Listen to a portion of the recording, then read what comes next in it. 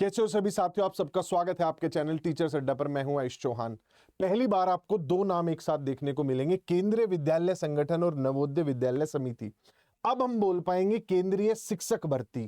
पहले सिर्फ विद्यालय अलग अलग थे, भर्तियां अलग अलग होती थी, काम वही पद वही, लेकिन पहली बार होने जा रहा है कंबाइंड एग्जाम और इसके लिए आया है कंबाइंड नोटिफिकेशन भी। अब मतलब कभी भी मैं इस्तेमाल करूंगा, मैं एक ही शब्द कहूंगा, केंद्रीय शिक्षक भर्ती। और इस जो मैं कहूंगा अम्ब्रेला के अंडर और भी बहुत सारी नई नई भर्तियां जुड़ती चली जाएंगी। जैसे हमारे एटॉमिक एजुकेशन सोसाइटी के स्कूल है, ये हमारे से स्कूल है, ये जो पूल है बड़ा ही होगा, जिसमें अभी पहली बार आए हैं 15,000 के आसपास पद आए हैं, जो कि सारी चीजों को मिलाकर है। लेकिन अगर मैं टीचिंग जॉब्स की भी बात करूं तो लगभग 12,000 के आसपास जो है आपकी टीचिंग जॉब्स हैं। चलते हैं अगले पॉइंट पे कि केवीएस में लगभग 9,000 पद है, एनवीएस में लगभग 5,841 पद है। ये वीडियो देखने के बाद आपका वैकेंसी, एलिजिबिलिटी, सब्जेक्ट कॉम्बिनेशन और एग्जाम पैटर्न, ये चारों डाउट आपके मन से चले जाएंगे। तसल्ली से एक एक करके सारे नोटिफिकेशन को मैं पढ़ देता हूं। मैंने मेन पॉइंट्स को हाईलाइट किया हुआ जिससे कि हमारा ज्यादा टाइम वेस्ट होगा नहीं। देखिए, सबसे पहले तो यहां पर एक चीज, और इन सब चीजों पर अलग अलग वीडियोज भी आपको दिख जाएंगी। Vacancies are tentative and may increase और डिक्रीज। ये जो है अभी फिक्स्ड वैकेंसीज नहीं है, घट या बढ़ सकते, भाई इतनी रहेंगी। ये लाइन अमूमन नोटिफिकेशंस में लिखी रहती है, इसको लेकर कंफ्यूजन में मत आना। सबसे पहले शुरू कर लेते हैं प्रिंसिपल के पद से, तो लगभग 227 पद है। वहीं अगर मैं वाइस प्रिंसिपल केवीएस में देखूं तो लगभग 58 पद है। बड़ी भर्तियों पर अगर मैं आऊं, पीजीटी की केवीएस में 1500 वैकेंसीज हैं और ऑलमोस्ट सभी सब्जेक्ट्स आपको यहां पर देखने को मिल रहे होंगे। ऐसे ही पीजीटी की एनवीएस में जो है लगभग कितनी भर्ती है, 1513। तो दोनों में ही लगभग 1500 वैकेंसीज आपको देखने को मिलेगी। सब्जेक्ट ऑलमोस्ट सेम है। यहां पर कुल मिला के 3,000 पद हो गए पीजीटी के। अब आगे बढ़ते हैं टीजीटी के लिए। पीजीटी के 1500 वहां, 1500 यहां, टोटल 3,000 भर्ती हो गई भाई। अब अगर आप आगे जाएंगे तो आपको एनवीएस में मॉडर्न इंडियन लैंग्वेजेस की कुछ वैकेंसीज अलग देखने को मिल जाएंगी, जिसका एक छोटा सा नंबर है, ज्यादा कोई वैकेंसीज है नहीं, 18 के आसपास पद है। अब आते हैं टीजीटी पे, जहां टीजीटी पे दोनों में मिला के लगभग 5800 पद है। उसमें से जो केवीएस है वो 2800 वैकेंसीज दे रहा है, और जो टीजीटी है वो आपको यहां पे एनवीएस से मिल रही है 2900 वैकेंसीज। तो लगभग 3,000 वैकेंसीज एनवीएस से और 2800 के आसपास वैकेंसीज जो है वो केवीएस से आ रही है। इसमें से लाइब्रेरियन की वैकेंसीज जो है 150 केवीएस की, वो मैंने अलग रखी है, वो इसमें नहीं जोड़ी है, वो नंबर आप अलग काउंट कर सकते हैं। अब एनवीएस में जैसे ऊपर आपने देखा था मॉडर्न इंडियन लैंग्वेजेस थी, वैसे यहां पर थर्ड लैंग्वेज भी है एनवीएस में, जिसका बड़ा नंबर है। अगेन वो लगभग 450 के आसपास है। अब मैं आगे बढ़ूं तो प्राइमरी टीचर की जो है यहां पर केवीएस में सिर्फ वैकेंसी है। नवोदय विद्यालय रेजिडेंशियल स्कूल्स होते हैं, वो 6ठी के बाद के ही होते हैं, 5वीं तक वहां कोई क्लास नहीं चलती है। तो यहां पर लगभग 3400 पद है। लेकिन इन 3400 पद में से स्पेशल एजुकेटर के और पीआरटी म्यूजिक के पद में हटा दो तो जो जनरल प्राइमरी के पद होते हैं प्राथमिक शिक्षक के, वो है 2700। ये सबसे पहली बार आई है स्पेशल एजुकेटर पीआरटी 500 वैकेंसीज। इसमें सिर्फ वही भर सकता है स्पेशल एजुकेटर, मतलब जो डिफरेंटली एबल्ड बच्चों को पढ़ाएंगे, जैसे डेफ है, डम है, और कोई बच्चा ब्लाइंड है, एचआर है, ये उन्हें पढ़ा रहे होंगे। इसकी लगभग 500 वैकेंसीज हैं। इसमें सिर्फ बीएड स्पेशल वाले डीएलएड स्पेशल वाले भर पाएंगे।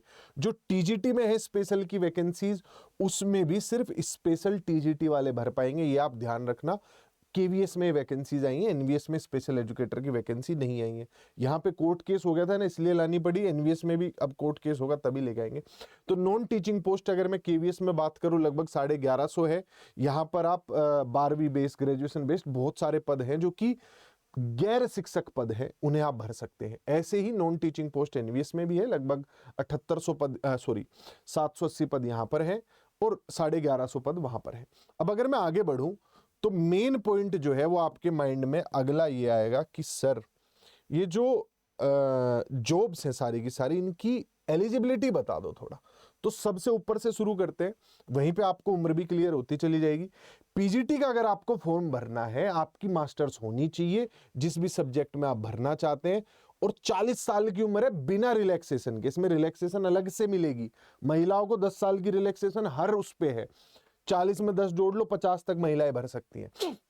दिल्ली में पता नहीं क्यों 30 से आगे नहीं बढ़ रहे हैं। यहाँ सिर्फ जवान लोगों को मौका दिया जाएगा, यहाँ एक्सपीरियंस लोगों को मौका दिया जाएगा। तो 40 साल यहाँ पर एज है। उसके बाद अगर मैं आगे बढ़ूं तो मास्टर्स डिग्री चाहिए होगी और बीएड चाहिए होगी। उसके आगे पीछे 50 चीजें लिखी है, लेकिन मोटी मोटी बात ये है भाई, एमए एमएससी कुछ ऐसा कर रखा हो आपने और उसके साथ में आपने बीएड कर रखी हो। आगे चलते हैं। अगला पॉइंट ध्यान रखना, यहाँ पे सीटेट नहीं है। सीटेट की कोई आवश्यकता नहीं है क्योंकि पीजीटी लेवल पे सीटेट होता ही नहीं है। अगर मैं पीजीटी की बात करूं तो पीजीटी में भाषाओं को लेके केवीएस ये कहता है ग्रेजुएशन लेवल पे भी पढ़ी हो, एनवीएस ऐसा कुछ नहीं कह रहा। फिर बता देता हूं, मान लिया पीजीटी हिंदी केवीएस में टीचर बनना है तो हिंदी ग्रेजुएशन में भी चाहिए होगी और पोस्ट ग्रेजुएशन में भी, मतलब एमए हिंदी भी और आपने बीए में भी अपनी हिंदी पढ़ी हो। ऐसे एनवीएस का कुछ कहना नहीं है, वो ये कह रहा है बस आपने अपनी मास्टर्स में हिंदी कर लियो, हमें और कुछ नहीं चाहिए, सीधी सादी सी ये मांग है। ऐसा सिर्फ भाषाओं में है, क्या और सब्जेक्ट में नहीं। बाकी सब्जेक्ट को लेकर इन सब में आपस में जो है समझौता है कि भाई आपने वो सब्जेक्ट जो है अपने ग्रेजुएशन लेवल पर भी पढ़ा हो तभी टीचर बन पाओगे। तो इंग्लिश और हिंदी में एनवीएस छूट दे देता है, लेकिन बाकी सब्जेक्ट्स में कोई छूट नहीं देता है। ग्रेजुएशन पे इसने भी मांगा हुआ है। और किसी चीज पे मत जाना, एक्सपीरियंस वगैरह सब डिजायरेबल है, इच्छा है। जैसे आप कहीं आपका लड़का है, नौकरी उसकी कहीं लगी नहीं हुई है, उसके लिए आप लड़की ढूंढने जाओगे तो डिजायरेबल है कि लड़की की नौकरी भी हो। अब आपका लड़का खुद का बेरोजगार है, पहले तो लड़की मिल जाए वही बहुत है। डिजायरेबल कि लड़की नौकरी वाली भी हो, उसकी वजह से ब्याह मत रोक देना। तो डिजायरेबल क्वालिफिकेशन से इन पे ध्यान मत देना। अब आगे बढ़ते हैं। पीजीटी के ऐसे ही कंप्यूटर साइंस, फिजिकल एजुकेशन, उन सब के भी रूल्स यहाँ पर अलग से लिखे हुए हैं। सारी की सारी वीडियोस पे सब्जेक्ट वाइज डिटेल वीडियोस आपको टीचर्स अड्डा चैनल और टीजीटी पीजीटी अड्डा चैनल दोनों जगह मिल जाएंगी। इसके बाद अगर मैं टीजीटी की बात करूं तो 5 साल उम्र में कम करो और पढ़ाई में पोस्ट ग्रेजुएशन हटा लो, बस इतना बदलना है और कुछ नहीं बदलना। हाँ जी, 35 साल उम्र कर दी, उसके बाद आपसे ग्रेजुएशन मांग ली, बैचलर डिग्री मांग ली और आपसे बीएड मांग लिया जो वहां मांगा था। तो घटने वाली चीज तो थी आपकी पोस्ट ग्रेजुएशन घट गई टीजीटी पे आते ही, जो कि 10वीं तक पढ़ाता है टीचर, और साथ ही साथ आपका उम्र जो है 5 साल घटी। इसके अलावा कुछ चीज बढ़ भी गई। अब आप कहोगे मास्टर जी वो क्या बढ़ गया? भाई बढ़ ये गया कि आपने सीटेट पेपर 2 पास कर रखा हो। ठीक है, क्लियर। ऐसा ही आपके लिए होगा इन सब्जेक्ट्स में जो कि भाषा है, हिंदी, इंग्लिश, संस्कृत और थर्ड लैंग्वेज। ऐसा ही आपके साथ होगा यहां पर, मतलब अलग किया हुआ है इन्होंने, दोनों को बाइफरकेट किया हुआ है। जो मैथ साइंस वाली वैकेंसीज है, फिजिक्स वाली, सोशल स्टडीज वाली, ये अलग लिखी हुई है। मैथ साइंस सोशल स्टडीज और भाषाएं अलग लिखी हुई है। तो आपको एक चीज ध्यान रखनी पड़ेगी कि ये आपसे आपका मेन सब्जेक्ट 3 साल मांगते हैं। जैसे आपको इंग्लिश का, हिंदी का, थर्ड लैंग्वेज का टीचर बनना है तो वो आपने 3 साल पढ़ाओ, कंटिन्यूएशन में 3 साल लिए तो कोई 6 सेमेस्टर पढ़ाओ आपने, कोई फर्क नहीं पड़ता। आपने कोई भी कभी भी वो 6 सेमेस्टर आपके पूरे हो रहे हो। क्लियर। अब आगे बढ़ते हैं भाई। यहाँ पे क्योंकि ग्रेजुएशन ही है तो 12वीं में नहीं कहा हुआ है कि वो सब्जेक्ट पढ़ाओ। अगर मैं अगले पार्ट पर जाऊं जहां की हमारी मैथ साइंस सोशल स्टडीज वाली है, तो आपने ग्रेजुएशन कर रखा हो, आपका बीएड हो, आपका सीटेट पेपर 2 पास हो, तो वो यहाँ पे भी लिखा हुआ है। लेकिन थोड़ा सा गेम समझ लो, मैथ में मैथ 3 साल पढ़ा हो या 6 सेमेस्टर हो, कोई भी 6 सेमेस्टर, फिजिक्स 1 साल या कोई भी 2 semester, chemistry, electronics, computer science, statistics में से कोई भी एक, मतलब या तो केमिस्ट्री या इलेक्ट्रॉनिक्स या सीएस या स्टैट्स, इनमें से कोई एक भी आपने पढ़ा हो 1 साल या 2 सेमेस्टर, तो मैथ तो चाहिए, उसके साथ फिजिक्स के साथ एक चीज और चाहिए होगी। जो बीएससी जिन्होंने फिजिक्स या केमिस्ट्री में ऑनर्स किया हुआ है वो नहीं कर पाएंगे, ऑनर्स मैथ वाला चल जाएगा। Point number 2, choice based credit system यहाँ पर अलाउ किया गया है जो बच्चे ये वाले हैं। साइंस में देखो 3 तरीके से भर सकते हो, या तो बायो या लाइफ साइंस आपका मेन सब्जेक्ट हो, केमिस्ट्री, बॉटनी, जियोलॉजी में से कोई एक रहा हो आपके पास, या फिर बॉटनी केमिस्ट्री जियोलॉजी का कॉम्बिनेशन बन रहा हो या जियोलॉजी केमिस्ट्री बॉटनी का बन रहा हो। मतलब इन तीनों लाइन में से आप कहीं भी फिट बैठ रहे हो तो आप फॉर्म फिल कर सकते हो। बीच में प्लस का निशान लगाया हुआ है। ये पीडीएफ बिल्कुल ऐसे मार्क की हुई, इस जिसमें एग्जाम पैटर्न भी पूरा मार्क किया हुआ है, साथ में जो नया सिलेबस आया, नया सिलेबस आ गया है वेबसाइट पे, वो ये सारी की सारी पीडीएफ्स आपको नीचे डिस्क्रिप्शन में गूगल फॉर्म लग रहा है, उसे भर के आप आराम से डाउनलोड कर लेना, और सारा डेटा भी वहीं से भेज रहे होंगे, तो गूगल फॉर्म भरना मत भूलना, तुम्हारा हमारा मिलन वहीं से होगा। आगे बढ़ते हैं भाई। टीजीटी साइंस हो गया। टीजीटी सोशल साइंस में हिस्ट्री या ज्योग्राफी में से कोई एक तो 3 साल, मेन सब्जेक्ट 3 साल है, बाकी वाले जो है वो आपसे एक एक साल या 2 सेमेस्टर मांगे गए। आगे बढ़ते हैं। तो हिस्ट्री या ज्योग्राफी तो 3 साल हो गया। अगली चीज सेकंड सब्जेक्ट जो है एटलीस्ट 1 ईयर। सेकंड सब्जेक्ट क्या हो सकता है? History, geography, economics, political science, इन चारों में से कोई सा भी हो सकता है। उसके बाद फिर वही जैसे ऊपर था, computer science, music, art, physical education teacher, work experience, जो मिसलिनियस वाली वैकेंसीज होती है उसकी भी आपको सारी यहाँ पे डिटेल मिल जाएंगी। वो मोर और लेस वैसा ही होता है। टीजीटी स्पेशल एजुकेटर में आपने बीएड बस स्पेशल वाला किया हो, बीएड जनरल जो है वो नहीं चलेगा। बीएड जनरल उसके साथ आपको डिप्लोमा चाहिए होगा स्पेशल में, मतलब भूल जाओ, खाली बीएड वाला नहीं कर सकता, बीएड स्पेशल या कुछ स्पेशलाइजेशन वाला ही कर सकता है। स्पेशल एजुकेटर का मतलब ही वही है। तो टीजीटी में आपने ग्रेजुएशन कर रखी हो और अपना स्पेशल का आपने डिप्लोमा ले रखा हो। अब आ जाते हैं पीआरटी टीचर पर। पीआरटी टीचर म्यूजिक हो या नॉर्मल वाले हो, एक तो स्पेशल वाला हो ही जाएगा आपका।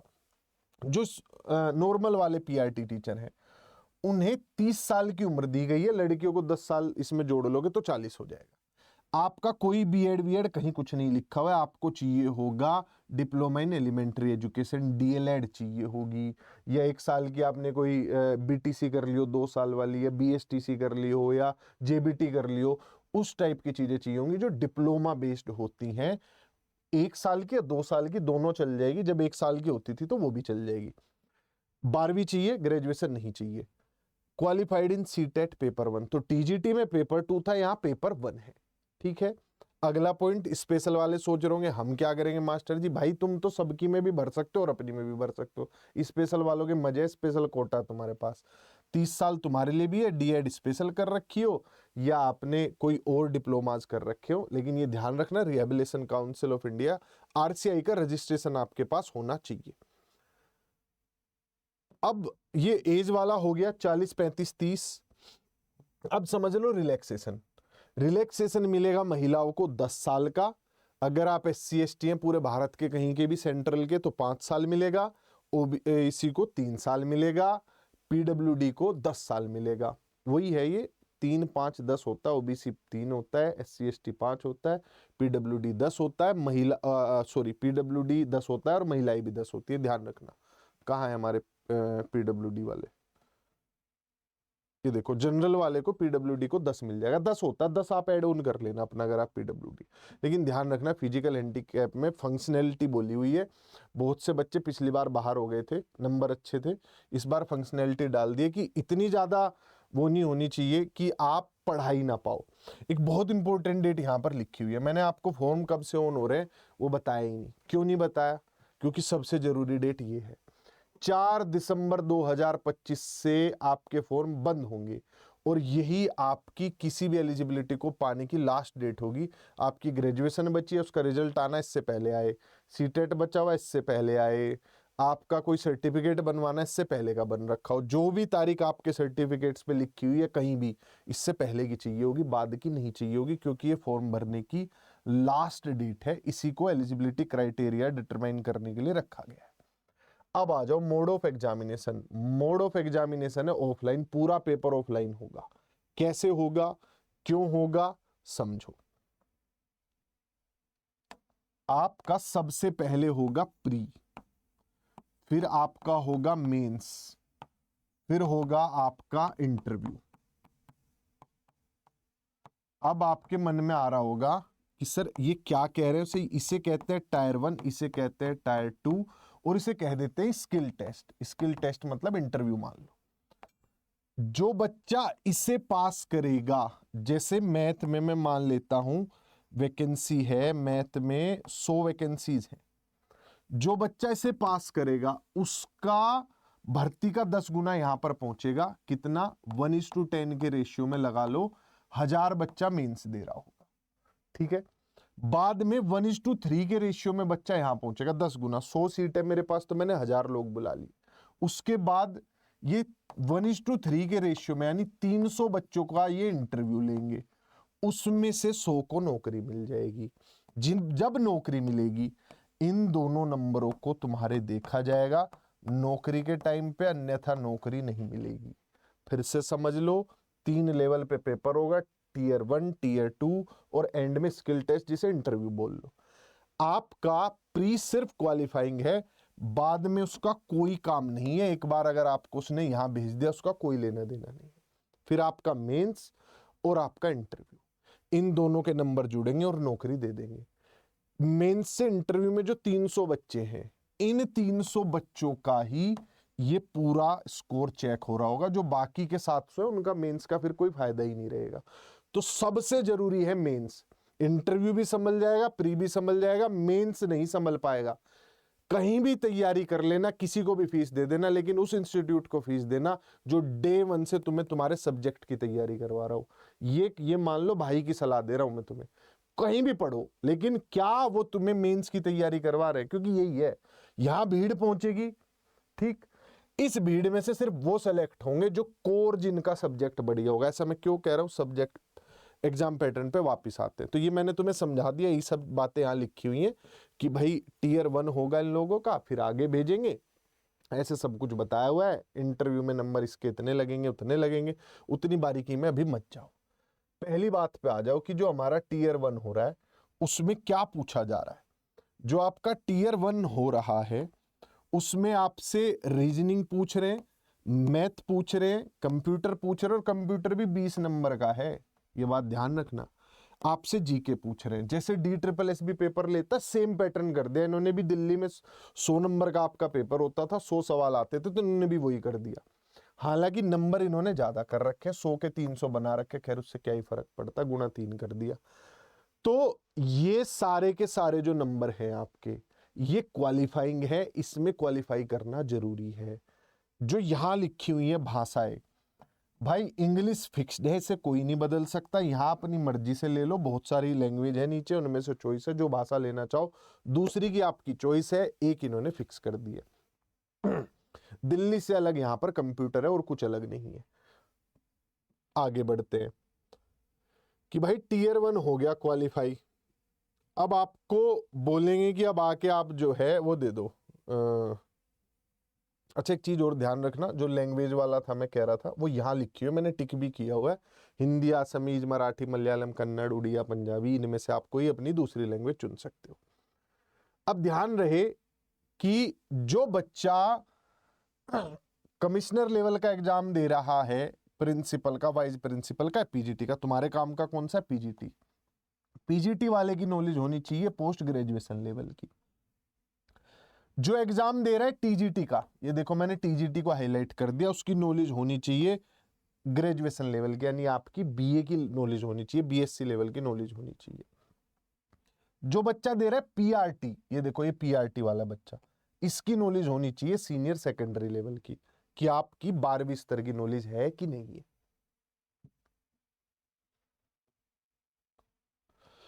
ये सब चीजें मैंने तुम्हें बता दी। 1:10 का रेशियो है और 3 नंबर का क्वेश्चन है। एक चीज नहीं बताई, दुख भरी चीज, ये 1/3 लिखा, पता नहीं क्यों लिखा हुआ है, डिडक्टेड लिखा हुआ है, कुछ तो नेगेटिव लिखा हुआ है। बच्चे समझ गए होंगे, कमेंट करके बताना इसका क्या मतलब है। मुझे नहीं समझ आया कि इसका क्या मतलब है, क्यों इन्होंने 1/3 लिख दिया, ये तुम लोग बताना कमेंट सेक्शन में।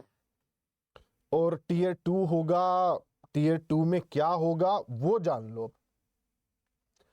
ये पहली बार होने जा रहा है भारत के इतिहास में। केवीएस, एनवीएस दोनों ही अपने सब्जेक्ट का